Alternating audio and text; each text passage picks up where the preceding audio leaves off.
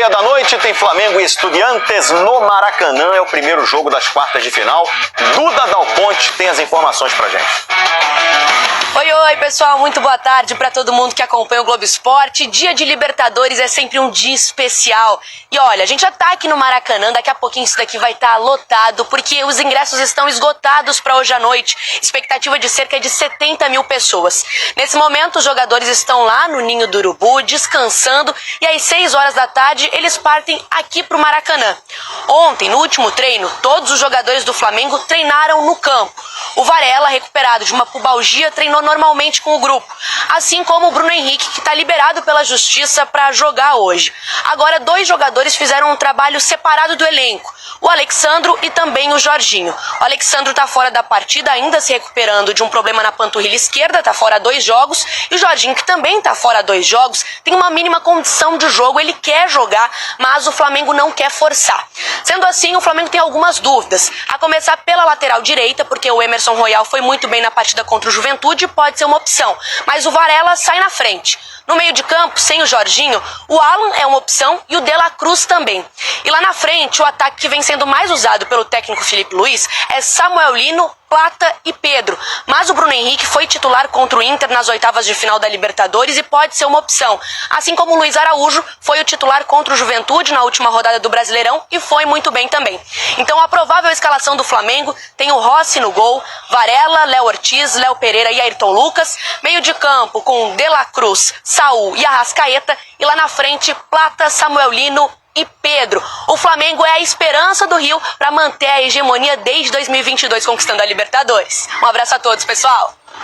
Valeu, Duda. E olha a pérola que nós achamos. Aqui, Maestro Júnior driblando o zagueiro do Estudiantes em Moça Bonita, estádio do Bangu. Foi a última vitória do Flamengo contra os argentinos, isso em 1992.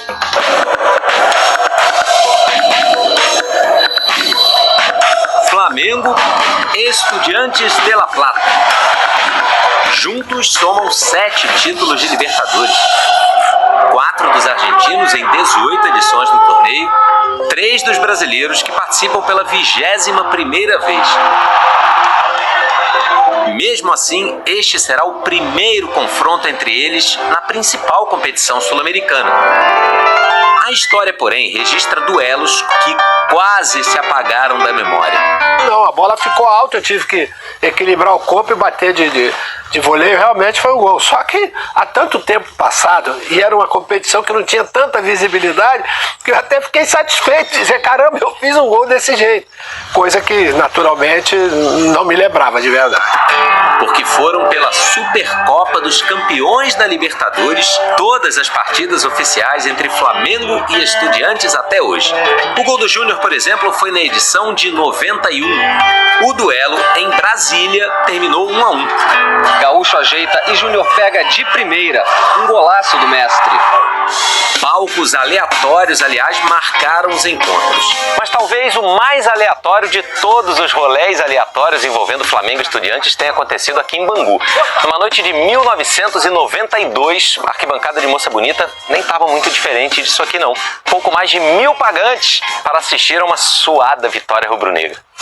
Mais modesto que o pequeno estádio do Bangu, só mesmo o público. 1.062 torcedores, um jogo internacional. O Júnior estava em campo outra vez. Era meio que um consolo, vamos dizer, para os times que não estavam em condições de brigar pelo título da Libertadores, né? Então, quer dizer, se acontentava exatamente de jogar esse tipo de competição. Os argentinos se surpreenderam com o local escolhido, como contou o nosso Tino Marcos. Os dirigentes argentinos entregaram ao representante da Confederação Sul-Americana de Futebol um protesto formal, reclamando das condições do gramado, do local destinado ao banco de reservas e alegando até que uma das traves não obedece às medidas oficiais. Depois de muita pressão, Gaúcho, de pênalti, fez o único gol do jogo, que terminou com empurra-empurra e confusão. Todos os ingredientes que existem entre brasileiros e argentinos jogando, ele existiu exatamente naquela competição e principalmente nesse jogo. Para essa quinta-feira, casa cheia e um cenário diferente, para uma rivalidade que não mudou nadinha com o tempo. Essa situação aí da torcida do Flamengo, o Vene Casagrande é a jovem, né? Ficou tão ficou tanto tempo longe, voltou e já foi punida novamente, né? Boa tarde pra você, Vene. Boa tarde, Fernandinha. Boa tarde, Pedrosa, todo mundo que está nos assistindo. Pois é, infelizmente isso está acontecendo novamente. A gente pôde comemorar aí o retorno de uma torcida tão importante para o Flamengo, nas arquibancadas, não só da Jovem Flá, mas também da raça rubro-negra recentemente. E eu lembro do jogo, inclusive eu estava lá no Maracanã, eles fizeram uma bonita festa, foi contra o Grêmio.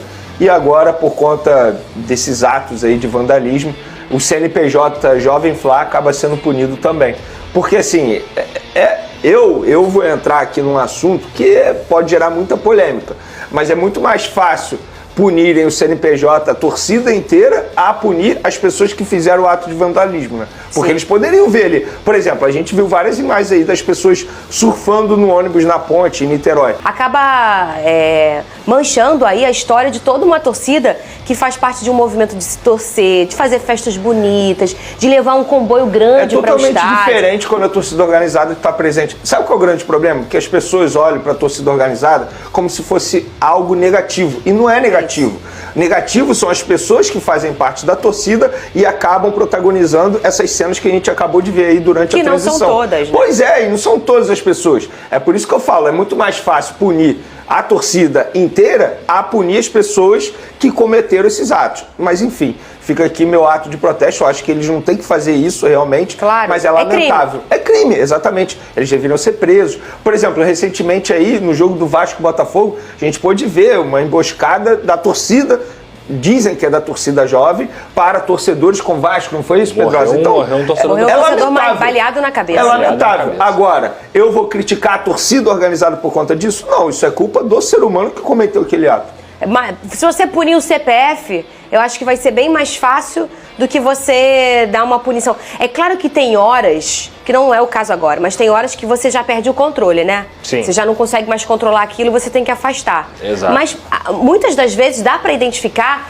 e a pessoa mesmo que fez o que cometeu o crime nem é punida.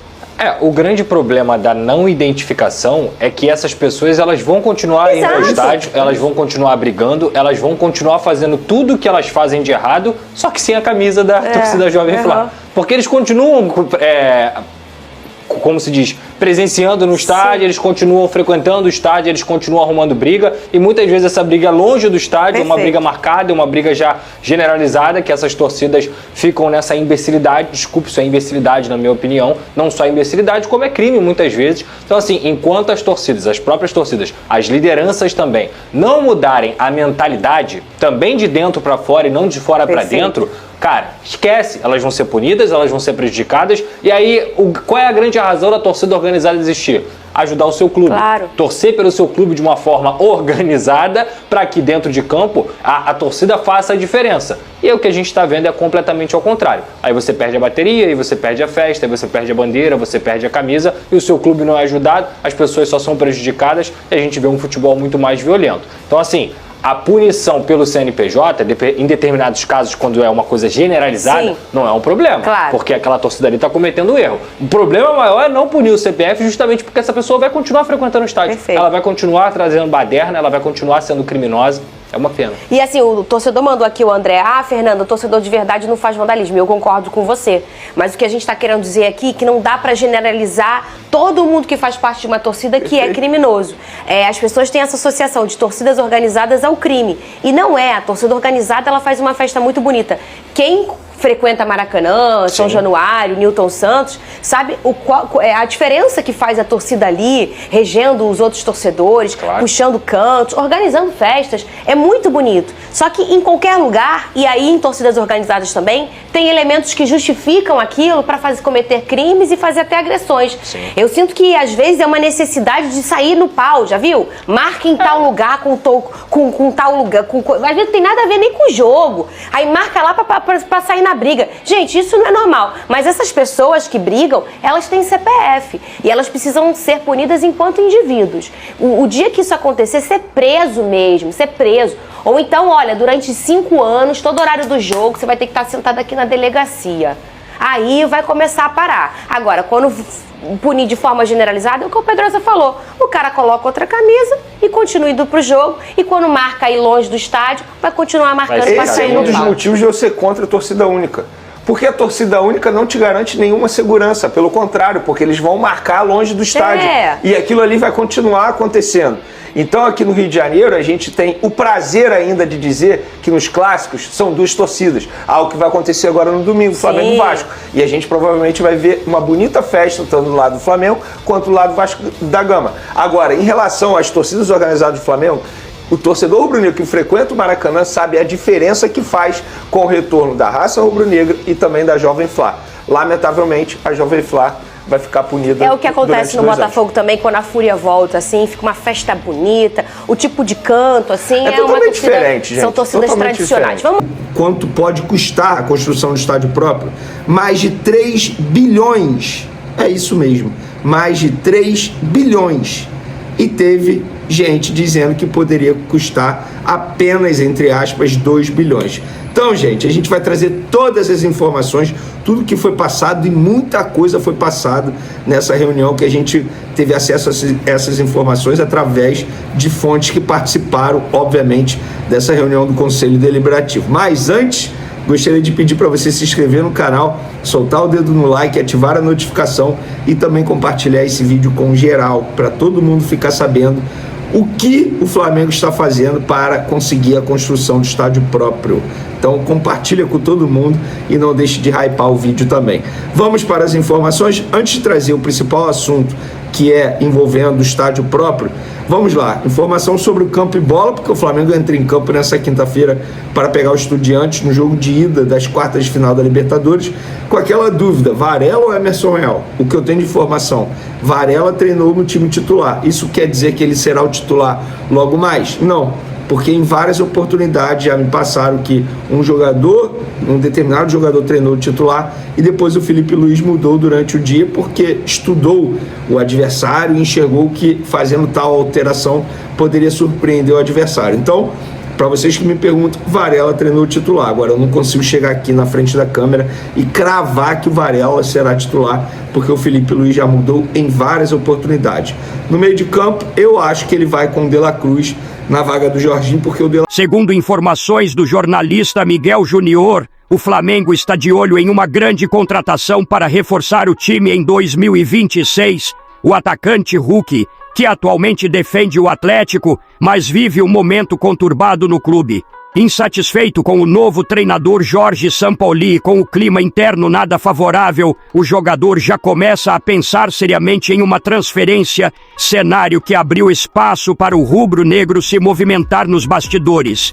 Felipe Luiz, atual técnico do Flamengo, indicou o Hulk como prioridade máxima para a próxima temporada. O treinador acredita que o atacante reúne exatamente as características que deseja para o novo projeto: capacidade de finalização de fora da área, força física, experiência, qualidade na cobrança de faltas e versatilidade para atuar tanto como centroavante quanto aberto pela ponta direita. Na visão de Felipe, o Flamengo precisa de atletas experientes e decisivos, capazes de assumir protagonismo em partidas importantes, e Hulk se encaixa perfeitamente nesse perfil. O momento de turbulência vivido pelo jogador no Atlético pode facilitar a investida e a diretoria rubro-negra já prepara os primeiros contatos. José Botto, diretor de futebol do Flamengo, tem excelente relação com os representantes de Hulk e isso pode ser um trunfo importante nas conversas. Segundo a apuração, a proposta inicial do clube seria de um contrato de 2 anos, com bônus por desempenho e metas alcançadas, uma forma de valorizar o rendimento do jogador em campo e ao mesmo tempo oferecer segurança para ambas as partes. Agora eu quero saber a opinião de vocês. Hulk será um bom reforço? Sim ou não? Deixe sua opinião no comentário. Não esqueça de curtir o vídeo e inscreva-se no canal para não perder nada do Flamengo. Até a próxima e saudações rubro-negras.